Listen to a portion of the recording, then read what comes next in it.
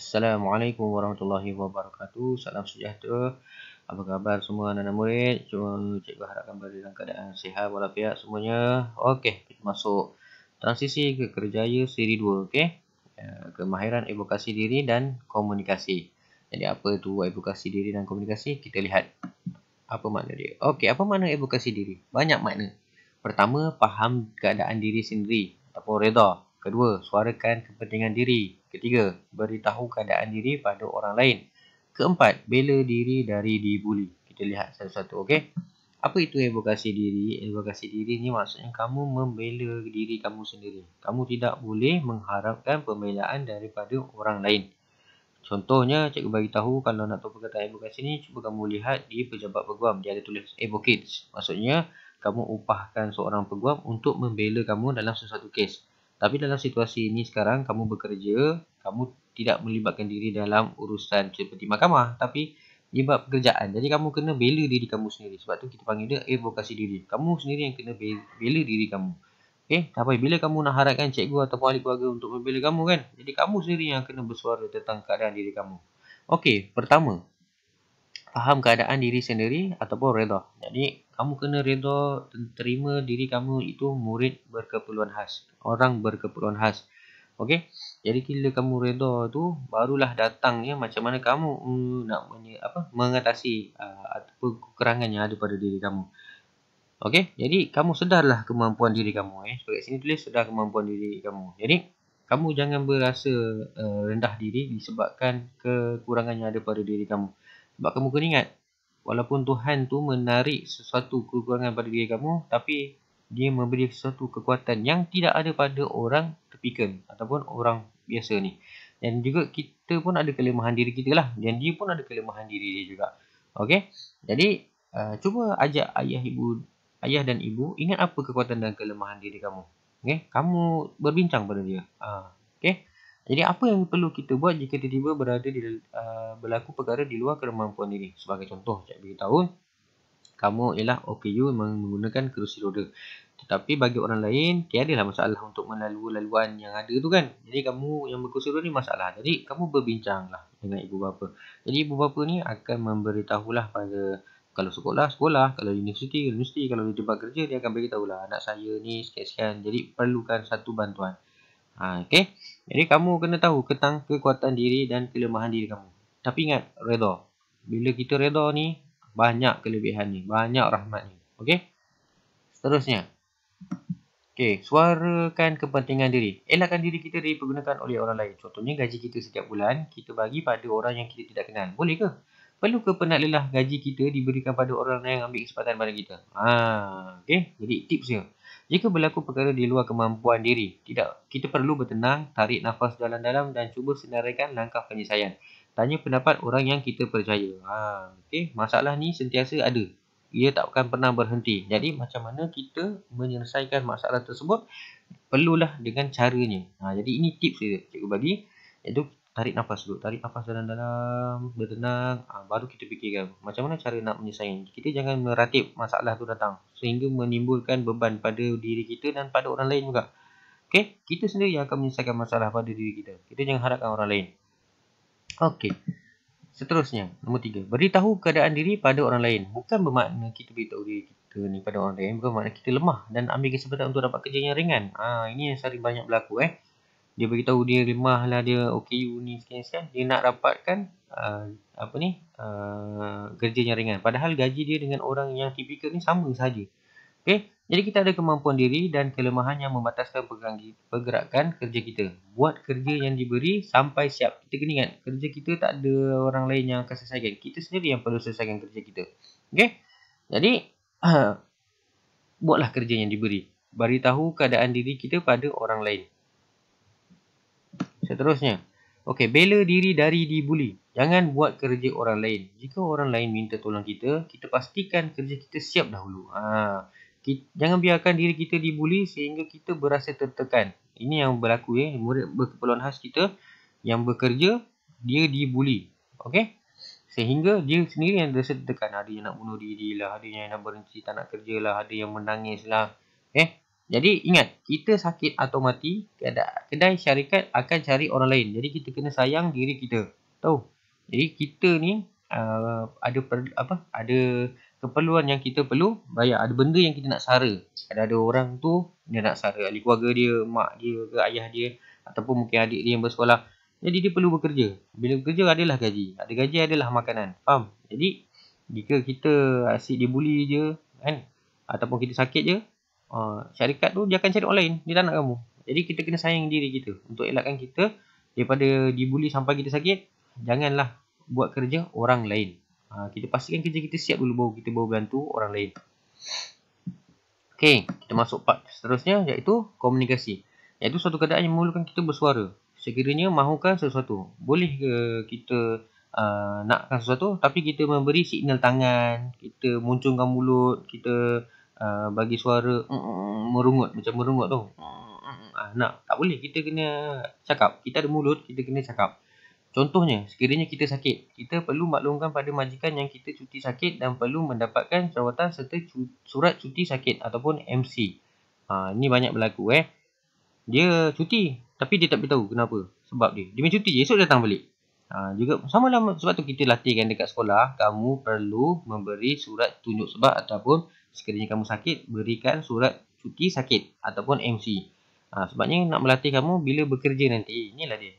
Okey, kalau di sekolah, kamu dikenakan tindakan sekiranya kamu cuti berterusan tanpa sebab, ataupun cuti adalah kan 3 hari, 7 hari, 30 hari kan. Seterusnya kemuncaknya lah kalau kamu asyik konteng je akan dibuang sekolah ataupun digantung sekolah dulu kan.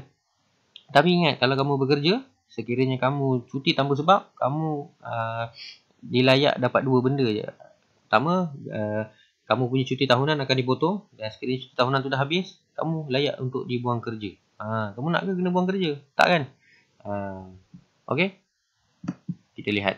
Ira mendapat panggilan dari kampung. Ibunya sakit tenat. Apa yang perlu dia buat? Ira perlu telefon pejabat dan dapatkan cuti kecemasan. Dia perlu bertenang untuk pulang ke kampung. Lupakan sementara hal kerja. Sejurus pulang dari kampung, dia perlu mengisi borang permohonan cuti kecemasan. Ni. Jangan tak telefon kalau kamu ada kecemasan kan. Takkan nak guna cuti sakit? Tak boleh. Kita ada cuti khas nama dia. Untuk ni kita kalau kerja di syarikat, kita panggil EL, Emergency Leave. Kerja tu jangan takut. Kerja takkan pernah habis. Kerja tu ada kawan-kawan yang boleh tolong kamu nanti. Jadi kamu balik kampung. Kita utamakan keluarga juga. Jadi jangan lupa telefon pejabat, bagi tahu. Kamu cakap, saya cuti hari ni sebabkan ada ahli keluarga saya sakit ni, saya perlu balik kampung. Jadi jangan kelang kabut, bertenang. Bertenang. Kata kuncinya kat sini, bertenang. Apa-apa pun bertenang. Okey, kita tengok situasi seterusnya. Kamal berasa hatinya tidak tenteram walaupun gajinya banyak. Keyakinan dirinya semakin menurun. Apa yang perlu dilakukan? Ini pun komunikasi juga. Pertama, beribadat. Tak kiralah apa agama pun yang kamu anuti, yang penting kamu kena beribadat. Okey, jaga hubungan dengan Tuhan. Berdoa pada Tuhan, moga diberi keterangan. Nampak? Kedua, jaga makanan. Elakkan makanan segera. Okey, makanan segera ni dia mempengaruhi emosi kamu. Kamu kena ingat, jangan selalu makan makanan segera. Okey, nombor 3, jaga penampilan dan cara bercakap. Jaga penampilan kamu. Janganlah kamu, walaupun kita ada masalah apa semua, janganlah serabai. Jaga penampilan kita. Pakai yang wangi-wangi. Sebab wangi tu dia memberi mood kepada kita. Walaupun kita ada masalah, dia memberi mood yang elok kepada kita. Seterusnya yang keempat, bersosial, iaitu bergaul bersama rakan-rakan. Kita jangan, kalau ada masalah, kita jangan duduk ataupun dalam keadaan yang tekanan, kita jangan duduk seorang. Itu yang timbulnya kita rasa nak bunuh diri lah, nak minum racun lah, nak buat benda yang pelik-pelik lah kan. Jadi kita perlu bersama rakan-rakan. Tapi rakan pun kena ingat, rakan yang elok. Kalau rakan tu tak berapa elok, dia ajak kamu ambil dadah pula, nak hilangkan tekanan. Tak elok tu. Jadi cari rakan yang elok. Mungkinlah kamu boleh pergi berkaraoke ke, berrekreasi ke, ataupun bersukan bersama-sama ke. Tak kisah. Janji kamu dapat berkomunikasi. Ingat tu kata kuncinya, berkomunikasi. Okey, seterusnya kita tengok. Kisah Aidil. Dia baru bekerja di sebuah kedai makan. Dia buat kerja memasak, menyusun kerusi dan meja, mengambil pesan makanan dan mengira harga makanan. Minggu pertama dia dah berasa tertekan. Apa yang perlu dilakukan? Ini kamu boleh bincang bersama ibu dan bapa anda lah kat rumah. Tenang, dia punya tips Tenang dalam apa-apa jua situasi dan jangan mengamuk tidak tentu hala. Kita memang marah kalau kita dibuli kan. Tapi kita kena ingat satu benda, kita jangan mengamuk dulu. Kita bertenang. Kekal bertenang. Jadi kamu boleh bincangkan ni, aktiviti ni bersama ibu bapa kamu. Okey, seterusnya, kisah Sudin. Dia sudah bekerja selama 5 tahun di sebuah pejabat pencetakan. Setiap bulan dia akan mencapai sasaran kerjanya. Ya, kita panggil ni target. Okey. Kerja orang lain pun dia turut bantu kerana semangat berpasukan. Namun majikannya memberikan markah prestasi yang rendah. Dia berasa tertekan. Apa yang perlu dia lakukan? Bincangkan bersama ibu bapa anda. Untuk kisah Sudin ni tips dia. Jika kita tidak dihargai oleh rakan sekerja dan majikan, lebih baik elok kita bertukar kerja ke tempat lain selepas pelbagai cara kita cuba. Antaranya, kita buatlah baik dengan kawan kita, kita ambil hati, kita bagi hadiah, kan?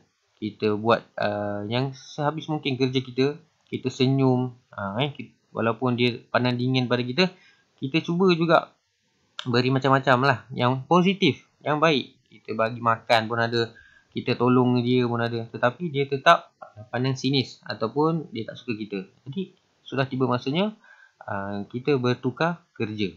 Kalau ada orang mengatakan bahawa 5 tahun tu ialah maksimum, kita kena perhatikan dalam 5 tahun tu kita nak capai apa. Okey, dalam pekerjaan ni 5 tahun ni kita nak capai apa. Jadi kalau dalam 5 tahun tu, selepas 5 tahun kamu tengok kamu tidak berasa dihargai dalam sesuatu organisasi, eloklah kamu keluar. Orang kata bila dah tak ada, barulah dia nak hargai. Pada waktu itu, kamu jangan berpatah balik. Kekal tegas dengan prinsip kamu. Kamu kena ada prinsip. Itu pentingnya berkomunikasi ni. Okey, seterusnya kita tengok kisah Saif. Okey, dia bekerja di sebuah syarikat makanan segera. Dia perlu bekerja secara pantas dan ikut shift. Kadang-kadang OT pun dia perlu. Saif berasa gembira dengan kerjanya kerana rakan-rakannya yang baik dan faham keadaannya. Majikan juga berasa gembira dengan hasil kerja. Adakah Saif berasa suka di tempat kerjanya? Bincangkan bersama ibu bapa anda. Okey, bincangkan Saif ni, macam mana perasaan dia. Okey, jadi sini ada sikit tips cikgu bagi. Ada yang tak tahu, shift ialah tempoh bekerja. Shift ada, kalau kerja kilang shiftnya 12 jam. Contoh pukul 8 pagi sampai 8 malam. Lepas tu ada satu lagi shift waktu malam 8 malam hingga 8 pagi.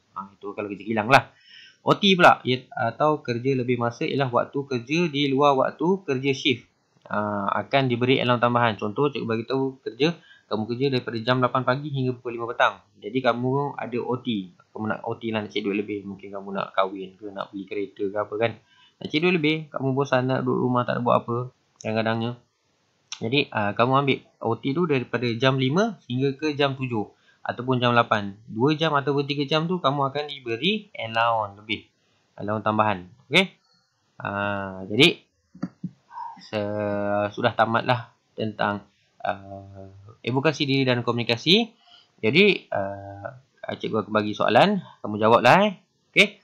Jadi sebelum cikgu akhiri perbincangan cikgu ni, apalah kiranya kita mengadakan satu kempen. Cikgu panggil kempen ni, dia punya asasnya ialah we say no to bullying. Maksudnya kita katakan tidak pada bully. Apa kempen tu? Kempen tepi sikit.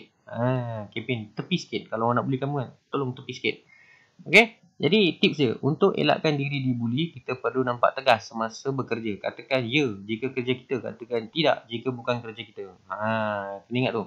Kalau kerja kita ni, kata ini memang kerja saya. Ya, ni memang kerja saya. Tapi kalau majikan kamu ketika kamu, ni kerja siapa? Ni kenapa kamu buat salah? Cakap, ni bukan kerja saya. Ni bukan kerja saya, ni kerja orang lain. Kamu kena tegas dengan kerja kamu untuk elakkan kamu dibuli.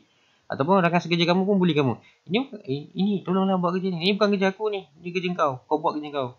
Itu point dia. Okey. Jadi nak tahu apa tu kempen tepi sikit, kejap lagi cikgu akan bagi link.